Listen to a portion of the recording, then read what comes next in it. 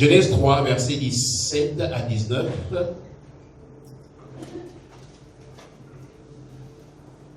Nous allons lire ensemble en nous tenant debout, sauf ceux qui ont quelques problèmes de santé, vous êtes dispensés de vous tenir debout. Et si vous êtes en forme, Dieu vous a fait la grâce de vous tenir sur vos deux pieds, tenez-vous sur deux pieds pour honorer la lecture de la parole de Dieu. Il dit à l'homme, c'est Dieu qui parle, puisque tu as écouté la voix de ta femme, que tu as mangé de l'arbre au sujet duquel je t'avais donné ce tort, tu n'en mangeras point. Le sol sera maudit à cause de toi. C'est à force de peine que tu en tireras ta nourriture tous les jours de ta vie. Il te produira des épines et des ronces, et tu mangeras de l'herbe des champs. C'est la sueur de ton visage que tu mangeras du pain, jusqu'à ce que tu retournes dans la terre, d'où tu as été pris, car tu es poussière, et tu retourneras dans la poussière. Ecclésiaste 8, verset 8. Je vais lire, c'est juste un seul verset. Il est écrit ceci: l'homme n'est pas maître de son souffle pour pouvoir le retenir, et il n'a aucune puissance sur le jour de la mort. Il n'y a point de délivrance dans ce combat, et la méchanceté ne saurait sauver les méchants. Jacques 4, verset 13 à 15, vous pouvez noter, je vais lire, les écrits apparaissent à l'écran, je crois. À vous maintenant qui dites, aujourd'hui ou demain nous irons dans telle ville, nous y passerons une année, nous trafiquerons et nous gagnerons. Vous qui ne savez pas ce qui arrivera demain, car qu'est-ce que votre vie? Vous êtes une vapeur qui paraît pour un peu de temps et qui ensuite disparaît. Vous devriez dire au contraire, si Dieu le veut, nous vivrons et nous ferons ceci ou cela. Amen. Que Dieu bénisse sa parole. Amen. Veuillez vous asseoir.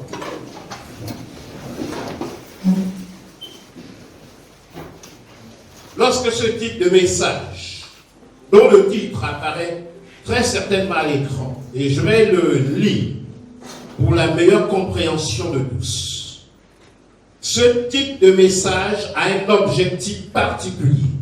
Parce que lorsque Dieu communique un message, il y a un but que Dieu veut atteindre au travers du message qu'il communique.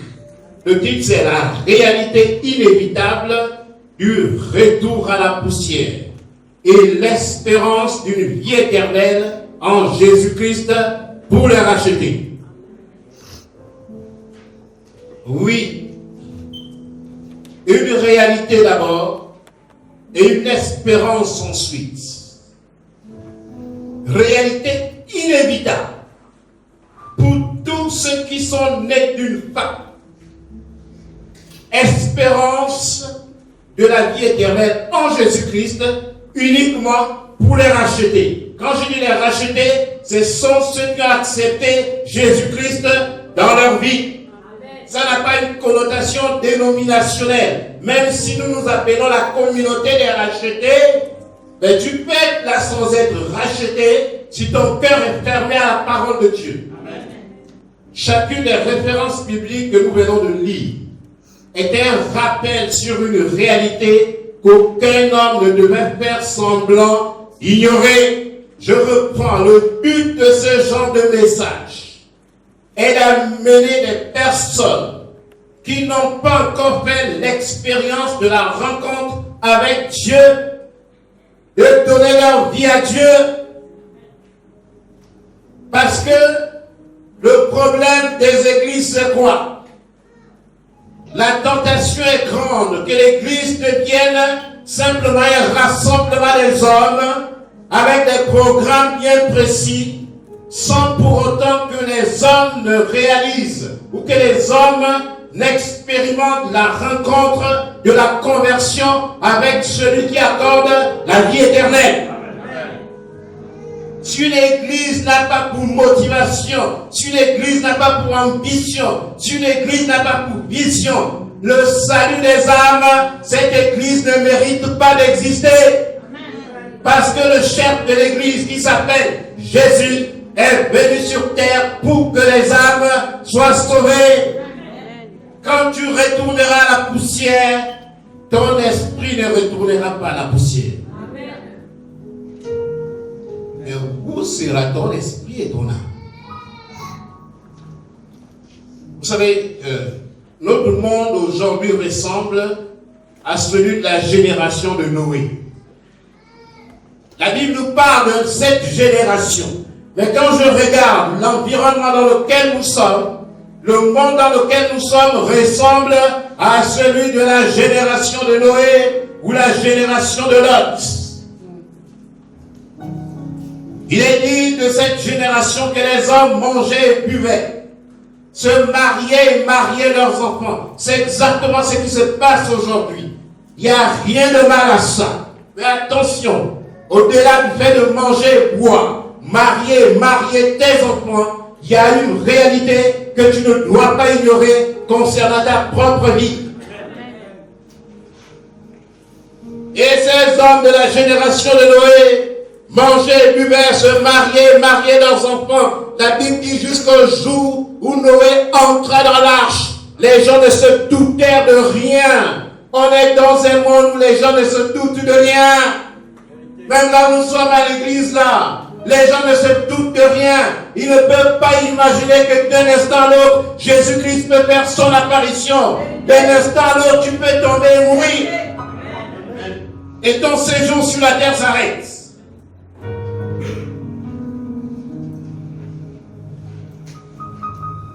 L'église n'a pas été suscitée pour dire aux gens les choses qu'ils écoutent dans le monde. Pour dire aux gens que vous pouvez gagner des choses que tu peux gagner en restant dans le monde. Il y a des choses que les païens disposent et ces païens ont juré de ne jamais venir à l'église. Mais ils sont pas venus. Ils mangent bien, ils ont les biens de ce monde, mais ils ne viennent pas à l'église. On ne peut pas faire l'église pour dire encore aux gens que Jésus-Christ a quitté le ciel juste pour nous donner des choses que les païens obtiennent sans être à l'église.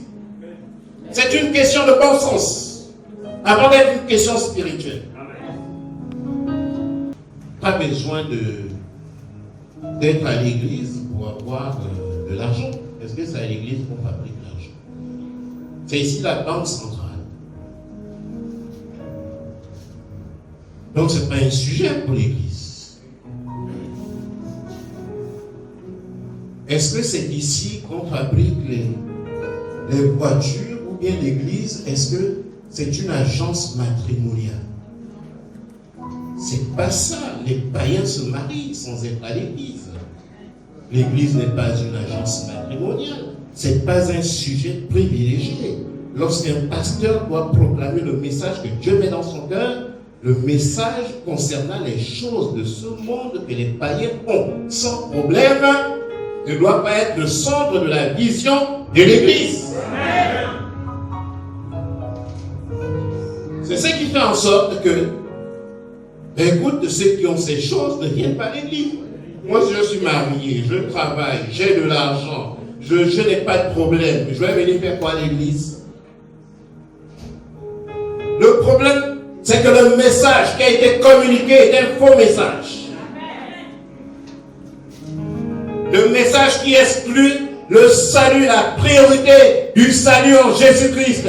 Si on le met de côté dans une assemblée et que tu es dans cette assemblée, tu es en danger de mort. Un jour peut-être tu quitteras ici, mais Dieu a permis que tu sois là ce matin pour écouter ce message. Si tu écoutes un pasteur, il parle que des mariages, des prophéties, il ne parle que des choses, des bénédictions que les païens ont. Fais attention. Faites très attention. Parce qu'il a occulté l'essentiel. Tout ce dont on nous parle, ces choses-là, quand Dieu te rappelle, tu ne pars pas avec.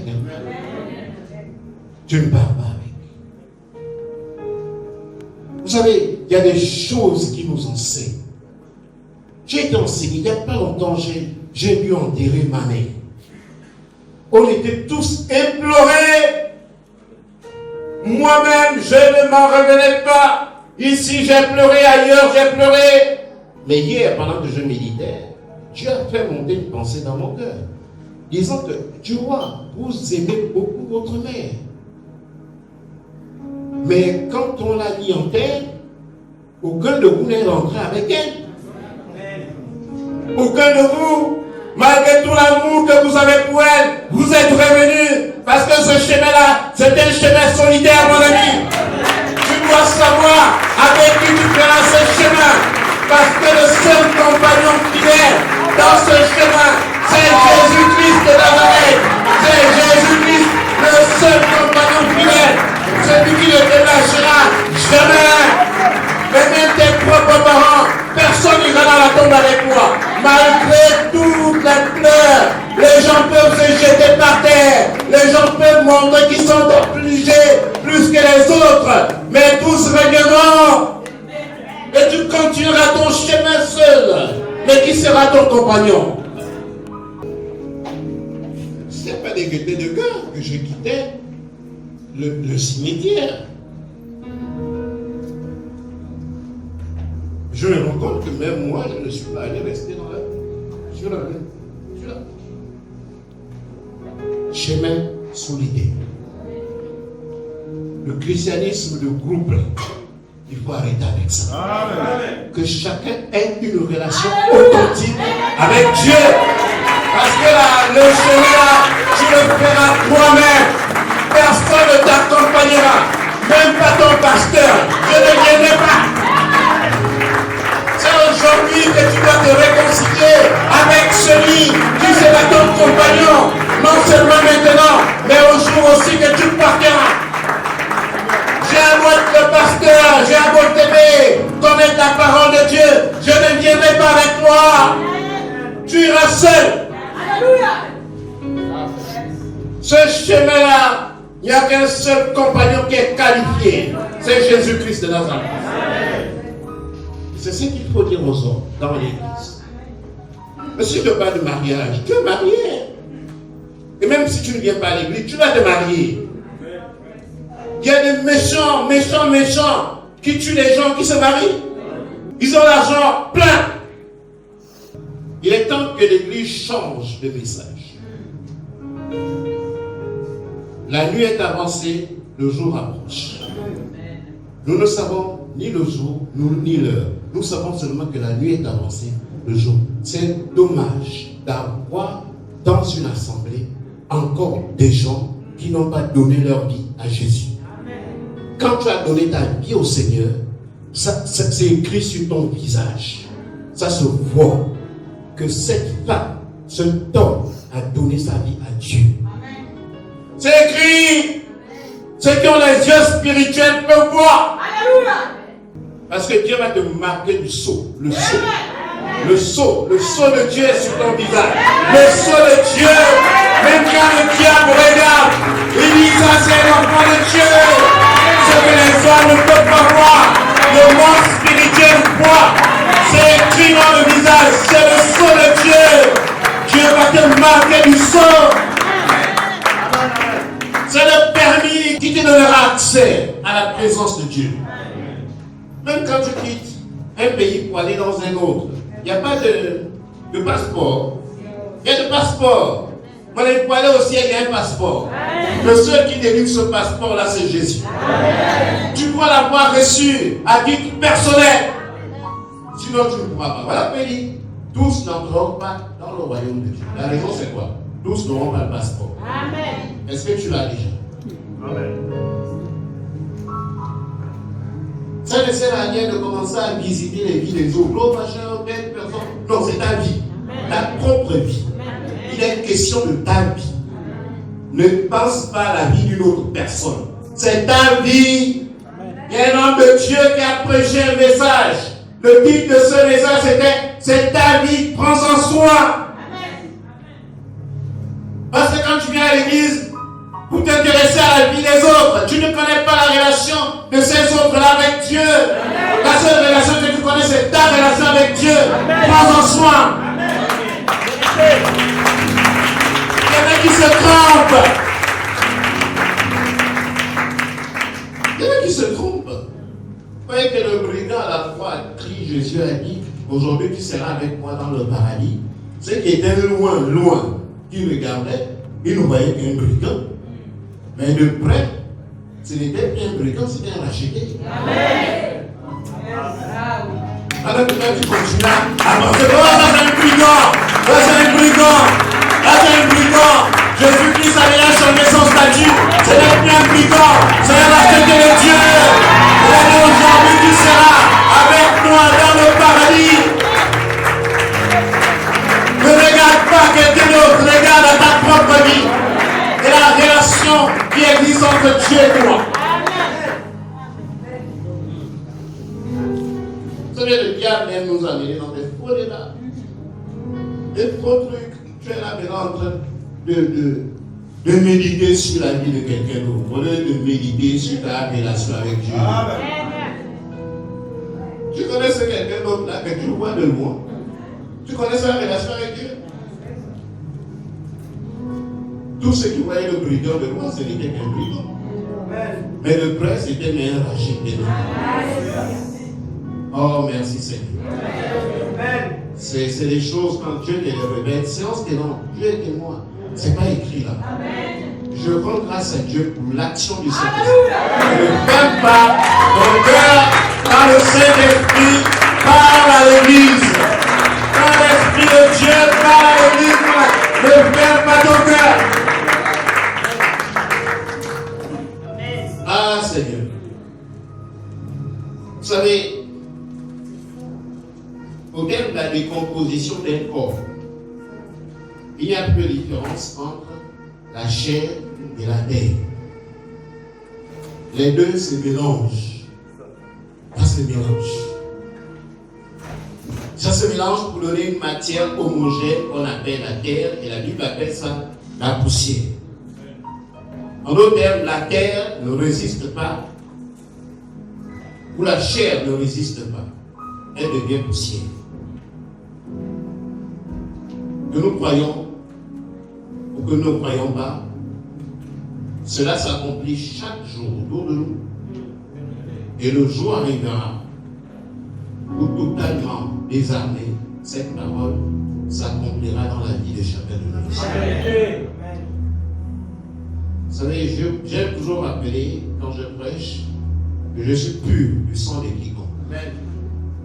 Je fais mon ministère, je déclare ce que Dieu me demande de déclarer. Je m'arrête. Et la parole de Dieu a besoin d'une réponse individuelle. Pour chaque personne. Et l'Église ne peut pas faire d'impasse sur ce type d'enseignement. Même si cela ne nous arrange pas. La seule alternative qui se présente à l'homme, la seule, c'est de donner sa vie à Jésus. Parce que c'est lui qui a vaincu la mort et c'est lui qui a tracé la mort. Pour les païens, c'est des choses idiotes, mais je les comprends. Je les comprends. Il y a seulement de prier pour ces personnes-là, pour que Dieu leur fasse la... Parce que comprendre ce que vous comprenez ce matin, c'est une grâce de Dieu. Amen. Il y a des gens tellement intelligents, tellement intellectuels, ils ont tellement étudié, et quand ils écoutent ça, ils ont toujours des arguments intellectuels en face, et tout ça s'appelle la perdition. Parce qu'on parle là des choses spirituelles, Alléluia. Des choses qui ne relèvent pas. Et ceux qui parlent de ces choses-là ne sont pas forcément les plus idiots de la société. Je suis désolé. Voilà pourquoi c'est une grâce extraordinaire quand tu donnes ta vie à Dieu. Parce que tu aurais pu faire partie de la génération de Noé, la génération de Lot, des gens qui mangent, boivent, se marient, marier leurs enfants et qui ne se doutent de rien. Dans la société dans laquelle nous sommes là, il y a plein de gens qui ne se doutent de rien. Ils ne se doutent de rien. Le jour se lève, ils se couchent, ils mangent, ils boivent, ils ont des projets pour se marier, pour marier leurs enfants. Ils ne savent pas que leur âme peut être demandée cette nuit. Amen. Ils ne savent pas. Ceux qui partent, ce n'est pas forcément ceux qui sont sur les lits des hôpitaux en réanimation, mon ami. Amen. Il y a des gens qui se lèvent le matin, bien en forme, et le soir, ils se couchent dans les glaçons. Quand tu te lèves le matin, rends grâce à Dieu. Quand tu te couches le soir, rends grâce à Dieu. Parce que c'est lui qui est maître du temps et des circonstances. C'est lui qui tient ton souffle entre ses mains. N'oublie pas ça, ça semble simple. Mais le diable travaille que tu ne passes pas ou pour que tu l'oublies. Et quand tu commences à oublier, le diable a eu raison de toi.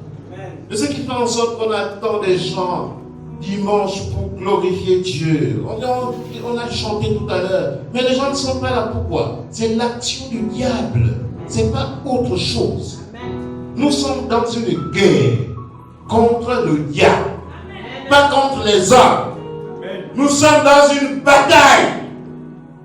Quand tu réussis à t'asseoir dans une assemblée où tu écoutes la parole telle que nous l'écoutons ce matin, tu as gagné la bataille, mon ami. Amen. Il faut œuvrer, prie pour que le dimanche prochain, tu remportes encore la bataille. Parce que l'ennemi va tout faire pour que tu ne sois pas là. Et tu seras là en train de te justifier. Ben oui, on ne peut pas aller à l'église pour le vrai. Bon, aujourd'hui, je dois recevoir la famille dimanche. Et puis, mon Dieu a dit aimer les gens et tout. Il y a des gens qui doivent venir me rendre visite. Mensonge du diable. C'est la journée du Seigneur.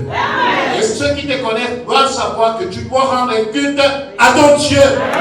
C'est des choses pour lesquelles aucun compromis n'est permis. N'écoutez pas les discours, les faux discours sur l'amour.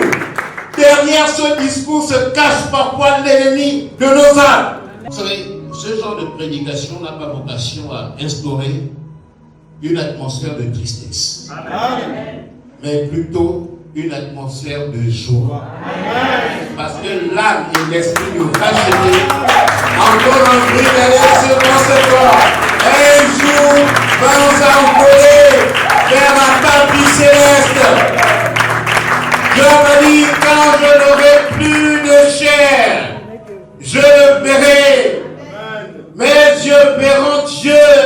C'est pas la chair là qui verra Dieu. Parce que Dieu a prononcé un décret pour dire, tu es poussière, tu retourneras à la poussière. Que tu le veuilles ou non, ça va s'accomplir. Vous savez, j'avais donné une fois ici des statistiques. 80 milliards d'individus sont nés sur la terre depuis que le monde existe. Aujourd'hui, on a à peu près 7 milliards et demi. Donc, imaginez le nombre de milliards de personnes qui sont déjà retournées à la poussière. C'est que lorsque tu creuses, la terre que tu vois là, c'était peut-être la chair d'un homme. Amen. Mais tu ne verras pas la chair, tu verras que l'argile. Amen. Parce qu'il n'y a rien. Quand la chair se mélange à la terre, c'est la terre qui prend le dessus. Ça reste la terre. Je ne vais pas dire que non, il y a une chair là. Après 200 ans, la chair de qui? Amen. C'est la poussière. C'est la terre. Ce que Dieu déclare s'accomplit toujours. Que les hommes le veuillent ou non, ce que Dieu a déclaré s'accomplit toujours. Mais c'est le diable qui refuse de nous faire voir que la parole de Dieu s'accomplit toujours. Et quand tu as compris ces choses, tu ne prends pas ta vie chrétienne à la légère. Ou comme un simple effet de mode. Parce que la mode, c'est quelque chose qui, à un moment donné, a dû, comment dire ça, est sur les nuages.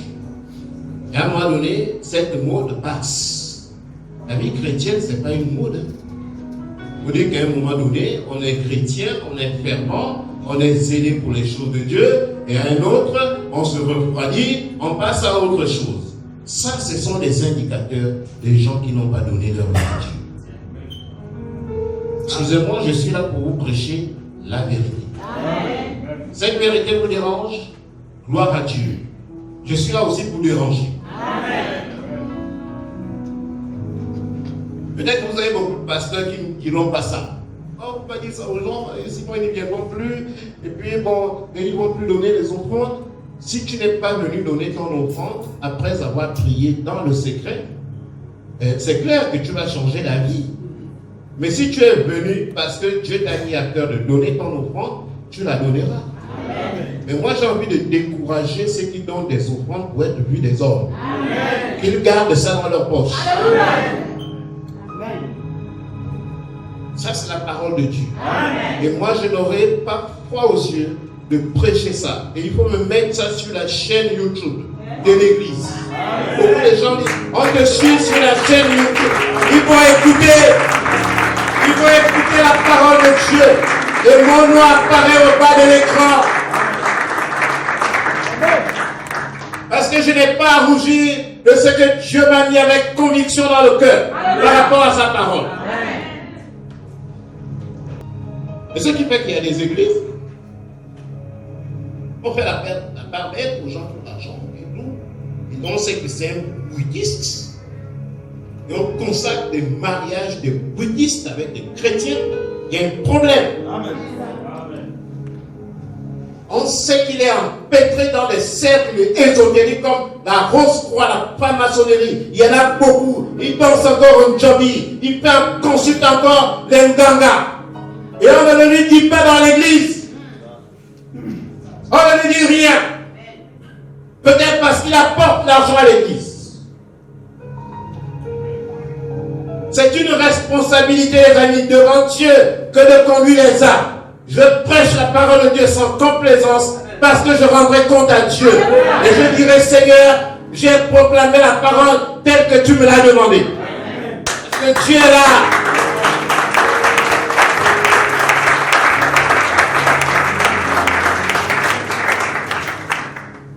Tu dois pouvoir réaliser quel est le péché que tu as déjà abandonné un jour. C'est-à-dire quelque chose qui t'embêtait. Qui t'embêtait. Ça t'embêtait. C'était un fardeau.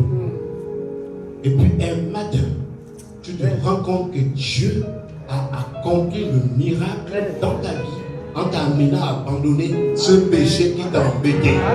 Vous savez, ce sont des indicateurs de la nouvelle naissance. Amen. Tu dois, mais là c'est ta propre vie. Peut-être que tu étais un rosicrucien ou bien tu buvais le vin ou tu fumais le chanvre en cachette. Et puis un matin, Dieu te délivre de la servitude du tabac. Voilà les témoignages qu'on attend d'arriver. Si c'est pour la voiture, tu fais le témoignage. Je dis moi aussi, j'ai la voiture. Vous savez, si on ne peut pas choisir dans quelle famille tu désires naître, vous savez que quand tu nais, tu ne choisis pas. Tu peux naître au Gabon. Au Gabon, tu peux naître dans le Haut-Ogooué. Dans le Haut-Ogooué, tu peux naître à Mwanda. Tu peux naître au Nigeria. Au Nigeria, tu peux naître à Abuja. Si ce n'est pas Abuja, tu peux naître à Lagos. Tu peux naître, je ne sais pas où, au Pakistan. Tu ne choisis pas là où tu dois naître. Mais tu peux choisir là où tu passeras ton éternité. Amen. Ce choix est possible. Et ce choix, c'est maintenant. Tu ne choisis pas où tu nais, mais tu choisis là où tu passeras ton éternité. Et quand tu nais, c'est le monde charnel qui t'accueille. Ce sont des gens, des personnes qu'on peut voir, qui te touchent. Et quand Dieu te rappelle, c'est C'est le monde spirituel avec ses réalités qui t'accueille là-bas. Amen. Là-bas, il y a d'autres personnes qui vont t'accueillir. Mais si Jésus-Christ ne t'accueille pas, il y a un problème. Ecclésiaste 8, verset 8. L'homme n'est pas maître de son souffle pour pouvoir le retenir, dit la parole de Dieu. Et il n'a aucune puissance sur le jour de la mort. Il n'y a point de délivrance dans ce combat. Et la méchanceté ne saurait sauver les méchants. Je rappelle, la vision de ce message, c'est d'amener ceux qui ne se sont pas encore convertis à se convertir. Parce que c'est dommage de garder les gens dans l'église, année après année, sans que la conversion, la rencontre avec Jésus-Christ ne se soit accomplie. C'est un schéma dramatique. Que tu puisses faire beaucoup de choses dans l'église. Que tu puisses arriver au réunion. Que tu puisses, je ne sais pas, peut-être même plaire au pasteur. Mais tu n'arrives pas à plaire à celui qui est censé nous rassembler. À celui-là qui est l'ami fidèle qui ne t'abandonnera jamais. À celui-là qui change le destin des hommes. Celui qui change la destinée éternelle des hommes. Voilà pourquoi je vous dis toujours, dans une assemblée, on ne doit pas beaucoup parler du pasteur. On doit parler du pasteur des pasteurs, Jésus-Christ. Amen.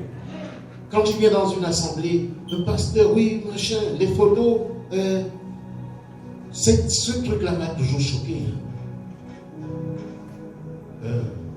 Quand la Bible dit le ciel et la terre passeront, mais ma parole ne passera pas, nous sommes en train de passer. Quand tu vois ton corps changer, tu regardes, même si tu noircis les cheveux comme pas, tu vas passer. Tu vas passer. Tu vas passer. Tu vas partir, mon ami. Ne nous amusons pas avec la vie à laquelle Dieu nous a. Parce qu'il y a beaucoup de gens ici qui s'amusent encore avec Dieu. S'il vous plaît, ne vous amusez pas avec votre destinée éternelle. C'est pour vous, ce n'est pas pour moi. C'est pour vous. C'est ta vie, prends-en soin. Le jour-là, tu n'auras pas besoin du pasteur. Tu n'auras pas besoin des parents. Tu auras besoin du compagnon fidèle, Jésus-Christ. Vous savez, l'homme n'a pas été créé pour mourir à l'origine. L'homme n'a pas été créé pour mourir, mais pour vivre. Voilà pourquoi nous, les hommes, les humains, nous rejetons l'idée de la mort. On rejette ça, on n'aime pas ça. On n'aime pas entendre parler. Personne ne peut dire, bon, moi je dis que quand je vais mourir, on va m'enterrer là. Bien, je fais. Non, parce que non, si tu dis ça, tu risques maintenant de mourir. Non, c'est pas parce que tu as dit ça. C'est clair que tu vas mourir un jour. Mais c'est Dieu qui est maître du temps et des circonstances. Et un chrétien n'a pas peur de la mort. Il y a encore des chrétiens qui ont peur de mourir. Quel est cet enfant qui a peur de retourner vers son père? Tu es sûr que Dieu est ton père? Et tu ne veux pas retourner vers son père? Moi, si mon jour arrive, je rendrai grâce à Dieu. Et je dis au Seigneur, donne-moi une seconde pour te dire, prends mon esprit, Seigneur. Parce que l'homme n'a pas été fait pour mourir. L'homme a été fait pour vivre. Voilà pourquoi notre âme, notre esprit vivront éternellement. Amen. Mais éternellement, soit dans la présence de Dieu, soit loin de la présence de Dieu. Amen. Vous savez, il y a une histoire dans la Bible, la parabole du riche et Lazare. Tu ne peux pas partir de là-bas pour revenir chez les humains. Tu ne peux pas.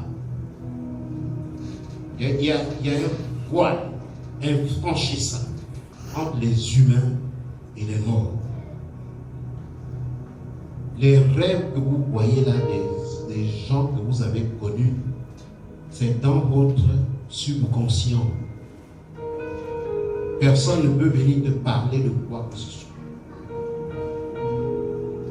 Même si c'est des bonnes choses, c'est des esprits.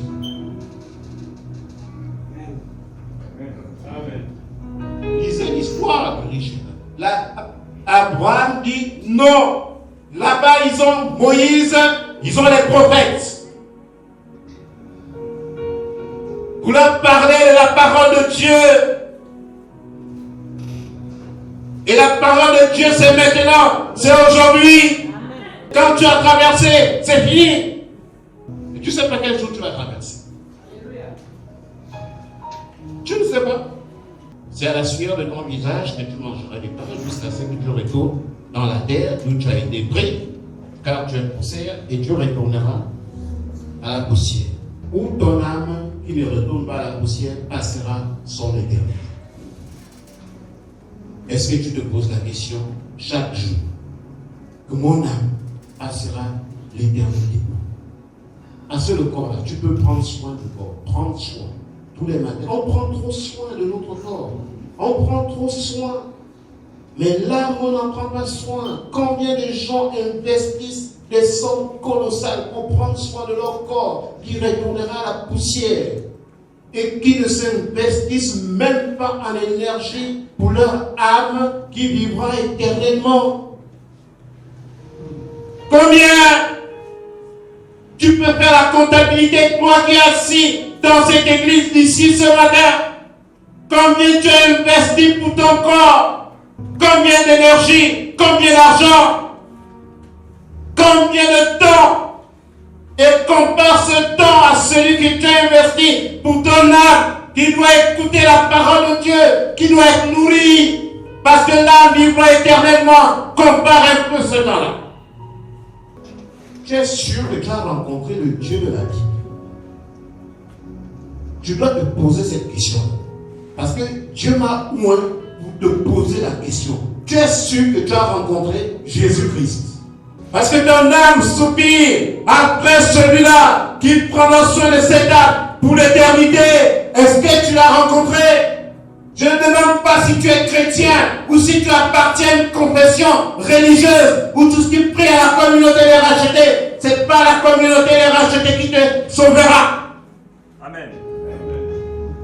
La communauté des rachetés, c'est une dénomination, c'est un nom qu'on a donné. On peut le supprimer. Mais le nom qu'on ne peut pas supprimer, c'est le nom de Jésus.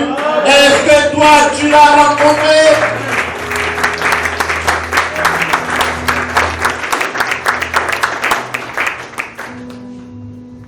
Si tout le monde avait rencontré ce Dieu-là, il n'y aurait même plus de place ici. Hein? Il n'y aurait plus de place ici. On allait mettre ces gens là-haut. Mais toujours les chrétiens saisonniers. Il y a la saison pour l'église, il y a la saison pour s'asseoir à la maison. Il y a une autre saison pour faire des caprices, une autre saison pour faire. Mais tu as rencontré Jésus. Et il t'a dit quoi? Parce qu'il parle aux hommes. Il parle au cœur de l'homme. Quand ton jour arrivera, mon ami, ni l'évêque, ni le prêtre, ni le pasteur, on va juste t'accompagner jusqu'à un certain niveau. Le reste du chemin, tu dois aujourd'hui décider avec qui tu feras le reste du chemin. Le prêtre n'ira pas loin. Le pasteur n'ira pas plus loin. Il y a des images. Quand vous vivez ça, il faut bien que le Saint-Esprit soit capable de te donner une leçon.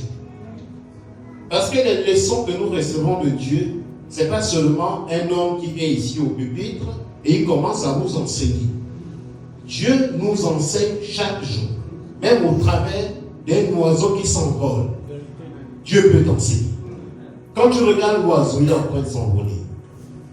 Dieu te donne un enseignement puissant au travers de ça. Mais tu dois avoir le Saint-Esprit pour discerner ce que Dieu veut que tu comprennes. Voilà pour la Bible dit la nature nous enseigne. Mais cette capacité n'est donnée qu'à ceux qui ont reçu le Saint-Esprit et à ceux qui ont reçu Jésus-Christ.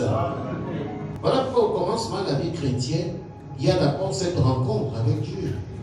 Si cette rencontre n'a pas eu lieu, tu deviens un militant de l'Église, un sympathisant. Mais comme tous les militants, ils démissionnent. Comme tous les militants, ils montent les enchères. Mais ce n'est pas le militantisme dans l'Église, mon ami. Tous les militants que je détecte ici, je dis, mon ami, tu es un militant.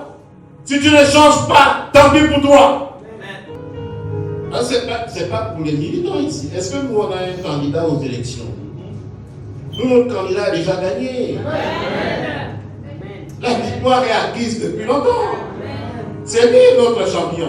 Jésus-Christ de Nazareth. Mon ami, si tu as trouvé à manger pour nourrir ton corps, gloire à Dieu. Mais pense aussi à nourrir ton âme. Tu ne peux pas, pendant toute une semaine, te décarcasser que pour nourrir ton corps, qui retournera à la poussière. Mais ton âme, tu ne la nourris pas. Ça ne se nourrit pas avec le riz. Ça se nourrit avec la parole de Dieu. Où sont les gens engagés à nourrir leur âme à la communauté des rochers, priant la parole de Dieu?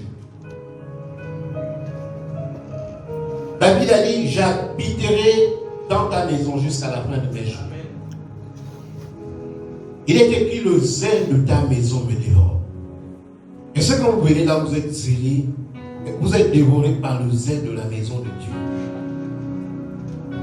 Oui, la prédication là va durer aujourd'hui, hein? Mais elle va durer, mon ami. Amen.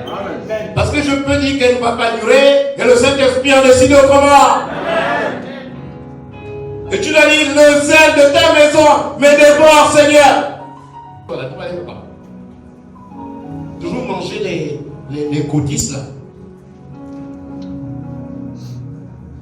Il y a des gens avant nous qui ont mangé les cotistes qui sont partis. Pourquoi vous ne demandez pas au pasteur, prêche la parole de Dieu jusqu'au lendemain matin? Vous pouvez demander ça. Et quand on va demander ça, les gens vont dire, oh non, mais moi j'avais prévu. Tu as prévu quoi? Tu ne sais pas que c'est Dieu qui a le ton souffle dans ses mains et que ce que tu as prévu là, tu peux ne pas l'accomplir. C'est le sens du test de Jacques que nous avons lu tout à l'heure. À vous maintenant qui dites aujourd'hui ou demain, nous irons dans telle ville, nous y passerons une année, nous trafiquerons et nous gagnerons. Vous qui ne savez pas ce qui arrivera demain, si quelqu'un ici sait ce qui arrivera demain, lève la main. C'est ce qui explique la prolifération des faux prophètes qui racontent des choses qui ne s'accomplissent jamais. Des prophéties mensongères. Car, qu'est-ce que votre vie? Des questions vraiment poignantes. Vous êtes une vapeur qui paraît pour un peu de temps et qui ensuite disparaît. Ah bon? Oui. Et quand tu mesures ça à l'échelle du temps, ton âge ou l'âge de quelqu'un que tu connais, qui est peut-être parti, tu comprends que l'homme est une vapeur qui paraît pour un peu de temps et qui ensuite disparaît. Il y a des gens qui sont nés sur cette terre avant Jésus-Christ. Mais regardez un peu la durée depuis qu'ils sont nés par rapport à aujourd'hui. Le temps qu'ils ont mis, c'est une vapeur qui paraît et qui disparaît. Moi, quand je lis ça, moi, ça me touche. Je dis, Seigneur, moi aussi, je suis une vapeur. Je suis apparu, et un jour, je vais disparaître. Celui qui vit prend la chose à cœur. Ce serait dommage d'avoir écouté une prédication comme celle que nous écoutons aujourd'hui. Et garder ta vie toujours entre tes mains. Parce qu'il y en a qui tiennent leur vie entre leurs mains. La Bible, Jésus dit, celui qui voudra garder, sauver sa vie, la perdra. Mais celui qui la perdra à cause de moi, la retrouvera. Et c'est un peu le père de ta vie. Donne-la à Jésus. Donne-la. Celui qui a donné sa vie à Dieu, il ne vit plus pour lui-même. Que Dieu bénisse sa vie.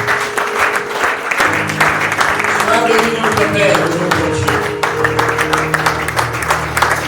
Oui, Seigneur, tu es bon. Nous allons chanter un cantique ensemble. C'est le numéro 134 pour la projection.